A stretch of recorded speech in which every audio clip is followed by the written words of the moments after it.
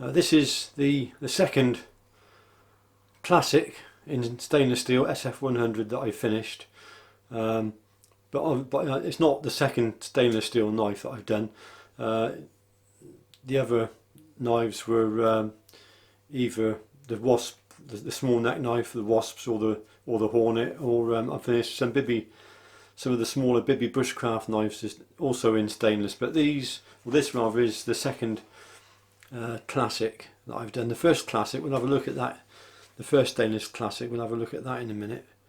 But for me as the maker, all that work and effort over the last took 2.5 to 3 weeks to finish this particular knife off. Obviously I've got others in the batch that I'm building, and they're progressing stage by stage through to completion. From the knives start off like this, so yeah, I've got to turn that into a finished knife, and it would be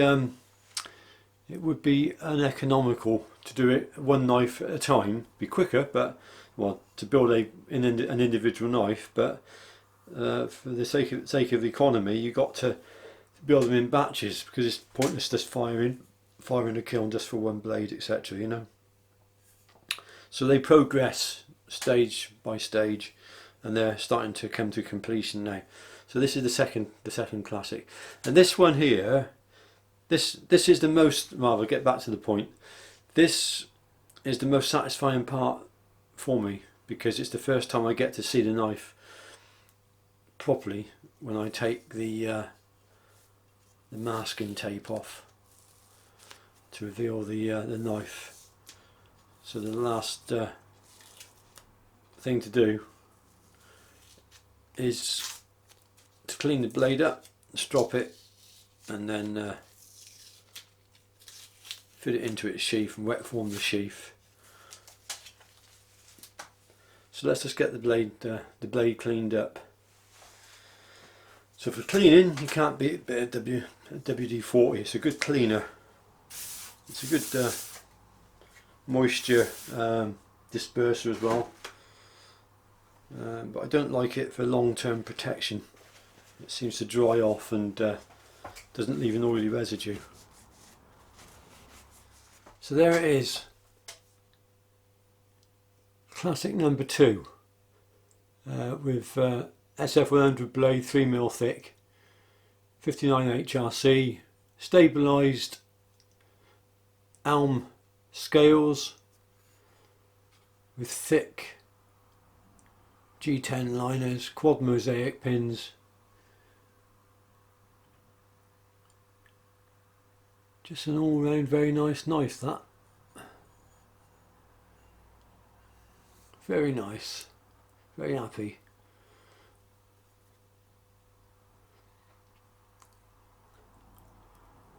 And I do enjoy working with the SF100 as well. It's a lovely steel.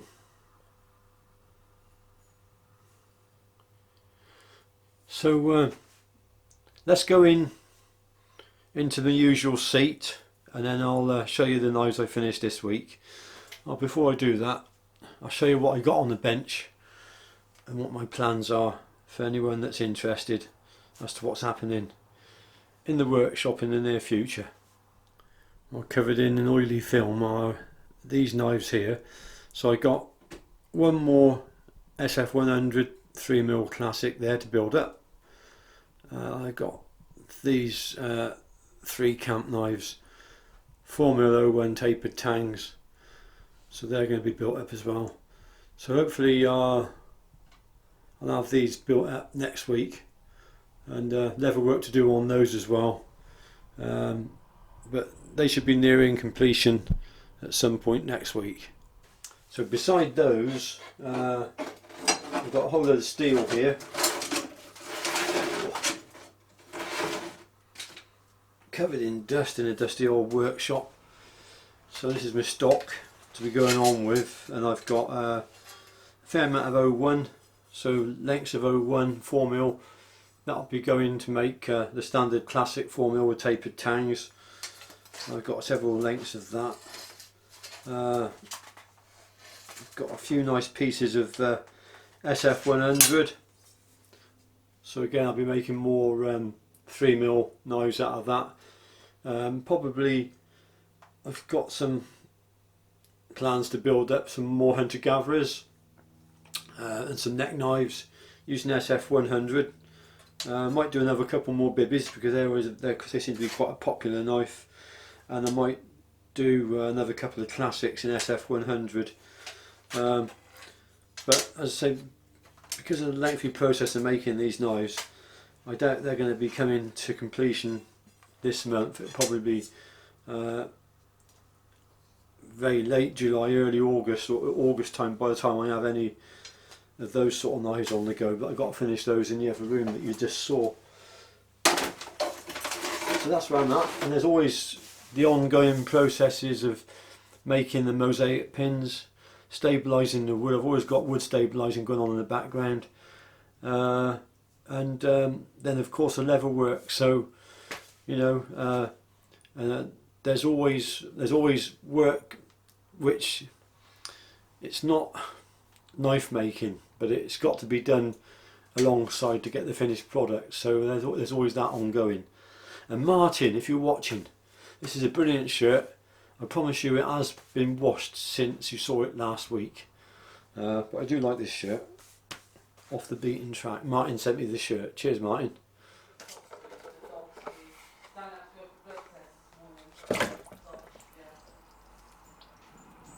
Just time to wet form the sheath now. Got the sheath in a bucket of in a bowl of warm water, just to soften all the leather down. And then wrap the knife in a bit of cling film, and then I can wet form that to the sheath.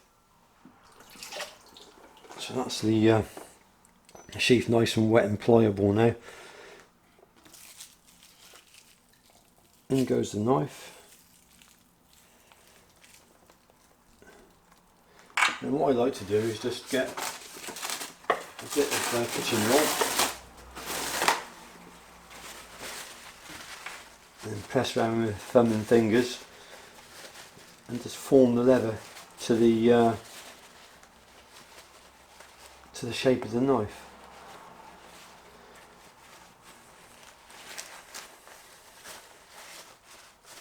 Just like that.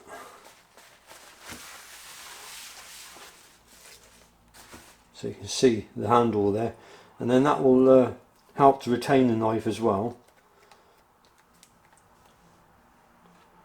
Knife comes out,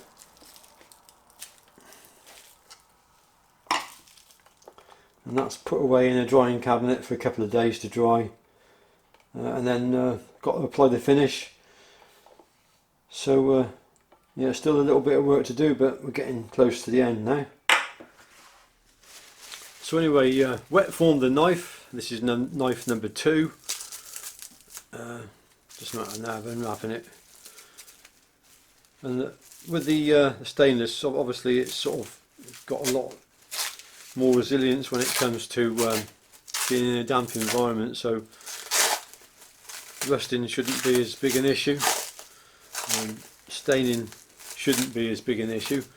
It's called stainless because it stains less than carbon steels, but doesn't mean to say that it won't eventually stain. It could eventually still stain. Anyway, just spraying it with a bit of oil, just multi-purpose light machine oil. Wipe the metal work down, and then we'll put this knife away somewhere safe until the sheath's dried. So when the sheath's dried, obviously I finish the sheath off, and that's ready to send out. Yeah. So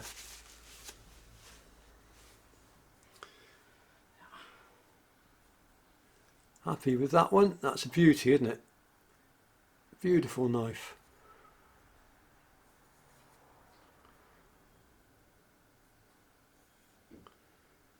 Lovely. I'll show you the other. I'll show you knife number 1. So this is knife number 1, the first one in SF100 to be finished. And there is the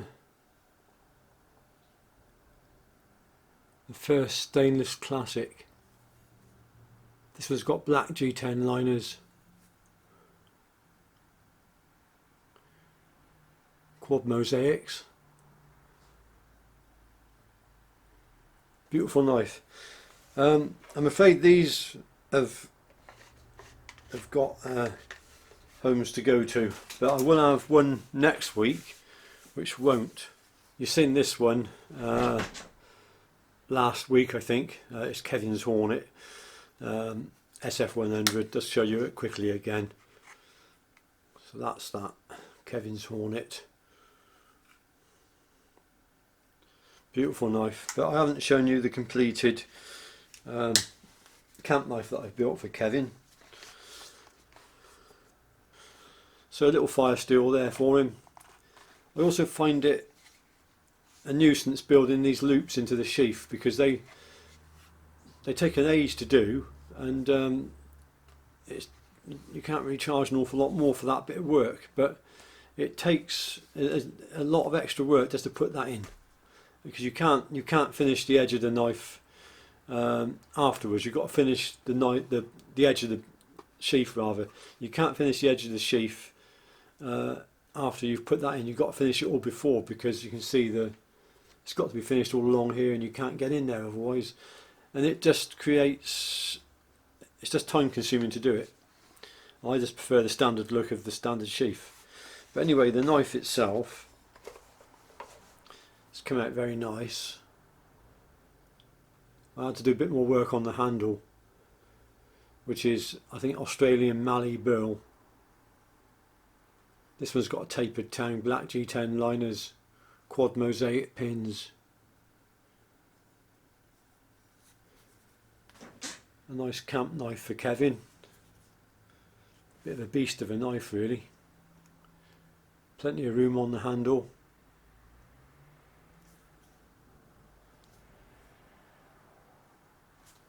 So that's this week's work completed, and as you saw previously what I'm up to next week, there's always something to be done in the knife maker's workshop. So anyway, thanks for watching. I hope you've enjoyed this little update, and maybe see you next week or the week after in another one. Bye for now.